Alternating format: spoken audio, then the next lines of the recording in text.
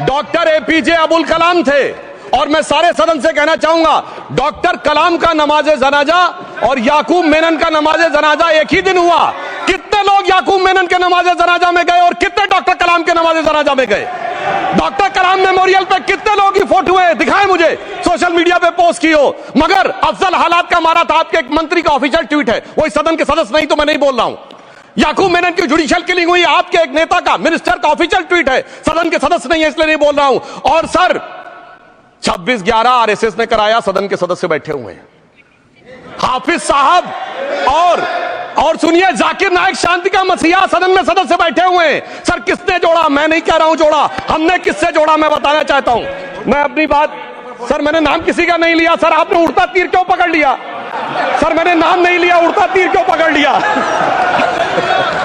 Sir मैं पूरी बात करूं। सर मैं कहना चाहता हूं, हमारी सोच मुस्लिमों के बारे में और इनकी सोच में क्या अंतर है। देखिए, जिन लोगों ने मुस्लिम हिस्ट्री नहीं पढ़ी उन्हें मैं बताना चाहता हूं। एक दो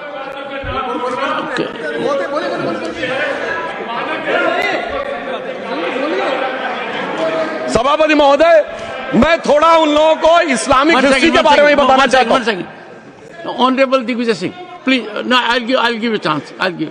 ऑनरेबल दिग्विजय सिंह जी। माननीय सभापति महोदय, जो माननीय सदस्य ने एक बात कही है, मैं सुन रहा था डॉक्टर त्रिवेदी जी की बात। उन्होंने कहा था ऐसे ऐसे ऐसे मुसलमान हम लोगों के साथ है और वैसे वैसे मुसलमान इन लोगों के साथ है। बात यह है कि आपने जिस तरह से इस पूरी बात कही है, ये घोर आपत्तिजनक है, अपमानित करती है। और जो माननीय सदस्य ने भी मेरे बारे में भी कहा है, मैं उनके निंदा करता हूं। ऑनरेबल होम मिनिस्टर,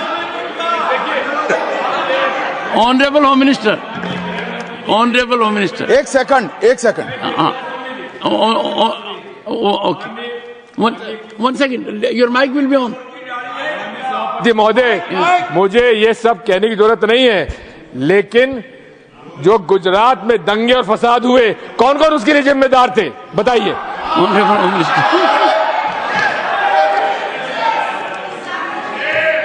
मान्यवर, मैं ध्यान से बारीकी से पूरे संवाद को सुन रहा हूं। माननीय सदस्य सुधांशु जी ने दिग्विजय सिंह का नाम नहीं दिया। अब वो खड़े होकर कहे मेरे बारे में कहा, इससे साबित हो गए। और अभी भी मौका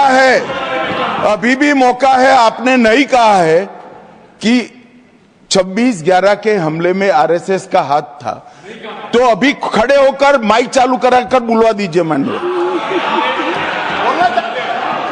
और आपत्तिजनक बात है, मैंने ये बात कभी नहीं कही है, ये आप लोगों का प्रचार है। मेरी आपत्ति इस बात की थी कि सभी माननीय सदस्य ने और बात कही है कि अब हमारे तरफ ऐसे ऐसे मुसलमान थे और वैसे वैसे मुसलमान हम लोग की तरफ थे।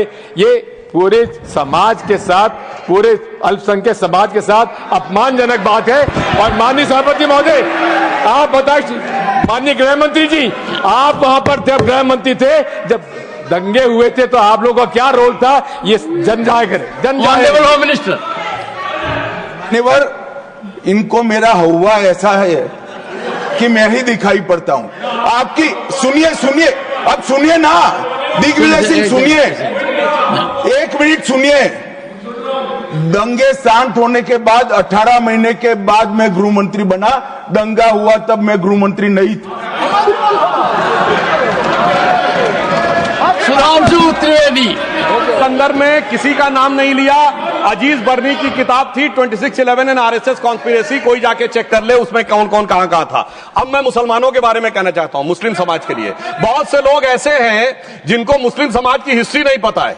मैं बताना चाहता हूं, भारत से जब न्यूमेरिक सिस्टम सबसे पहले गया तो अल जहर थे सबसे पहले, जिन्होंने जाके 1793 में जो सूर्य सिद्धांत था उसका अरबी में ट्रांसलेशन हुआ सिंध हिंद। और हम बता रहे हैं हम किस तरह के मुस्लिम को साथ रखते हैं। डॉक्टर कलाम से बड़ा आलिम इस्लाम में साइंसदान नहीं हुआ, और आरिफ मोहम्मद खान साहब जो बिहार के गवर्नर हैं, उनसे बड़ा आलिम फाजिल मुसलमान आज सियासी जमात में तो नहीं होगा, यह मैं दावे के साथ कह सकता हूं। मगर मैं बताना चाहता हूं सर, उसके बाद उन्होंने एक किताब लिखी, एक सर 10th सेंचुरी के मुस्लिम राइटर थे जिन्होंने किताब लिखी, उसका नाम था the compendious book of balancing and completion according to Hindu calculation, जिसको शॉर्ट में अल जब्र कहा गया और वहां से अलजबरा निकला और सर उसके बाद अल ख्वारिज्म आया।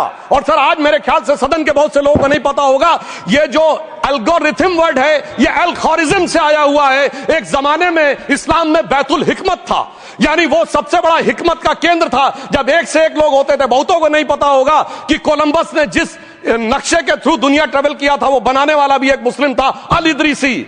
मगर सर एल्गोरिथम आज ऐसा बदला कि एआई के एज में दलगत भावना से ऊपर उठकर औरंगजेब के साथ खड़े हो गए।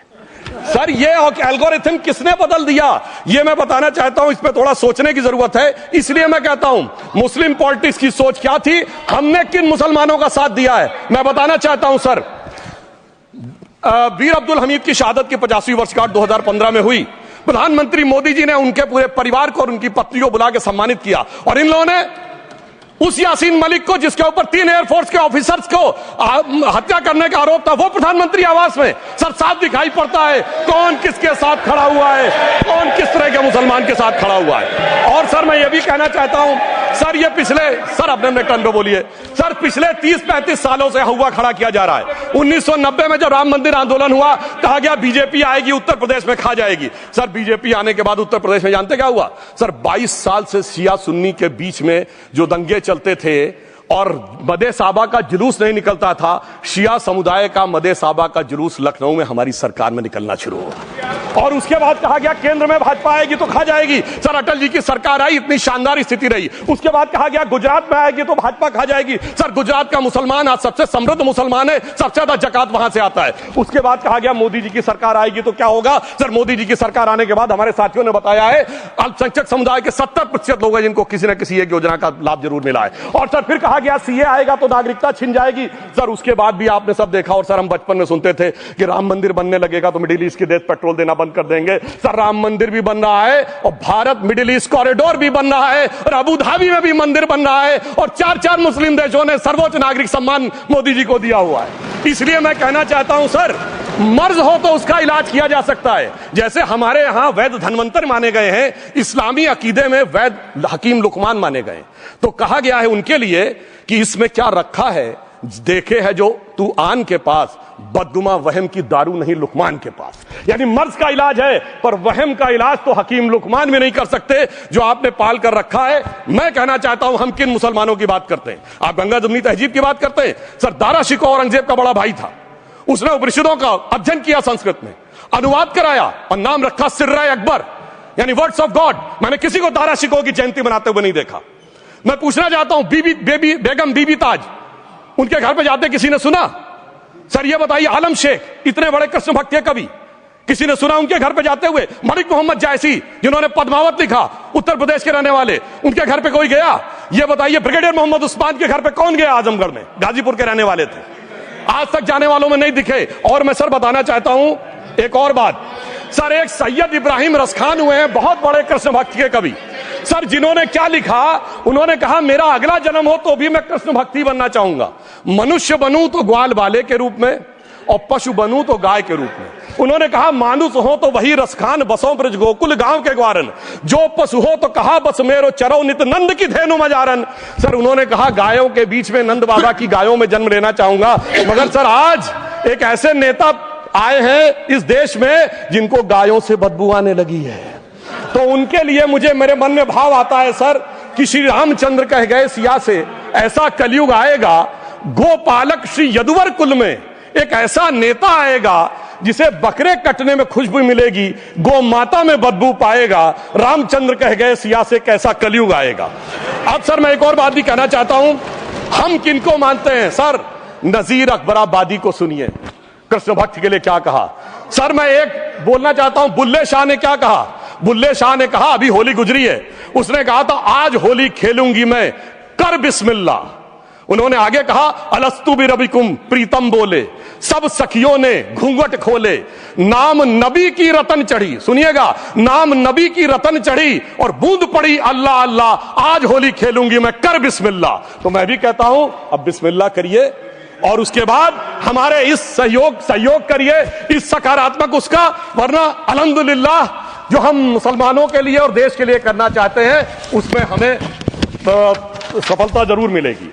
अंत में मैं सिर्फ ये कहना चाहता हूं सर, तमाम प्रकार की बातें यहां पर हुई, सकारात्मक और नकारात्मक, मगर अफसोस की बात यह है कि 1913 के वक्फ वाल औलाद से लेके 2013 के वक्फ वाल औलाद तक इनकी फितरत नहीं बढ़ती, क्योंकि सर ये तो पार्टियां ही अल औलाद हैं, तो इनको तो उससे बहुत ज्यादा वो होगी।